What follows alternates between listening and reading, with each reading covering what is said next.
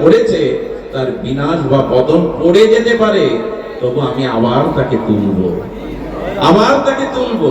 আচ্ছা, যে পাপ করলো তার স্খলন হয় কি করে? শুনুন, যিনি পাপ করেছে তিনি মনুষ্য জন্ম নিলে স্খলন হয় সামাজিক কলঙ্কের দ্বারা, অর্থ অভাবের দ্বারা।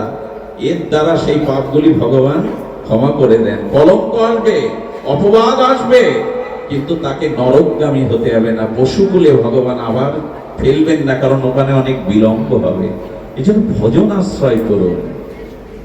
এখানে পতন হলেও শেষ নেই, আবার দাঁড়াবেন।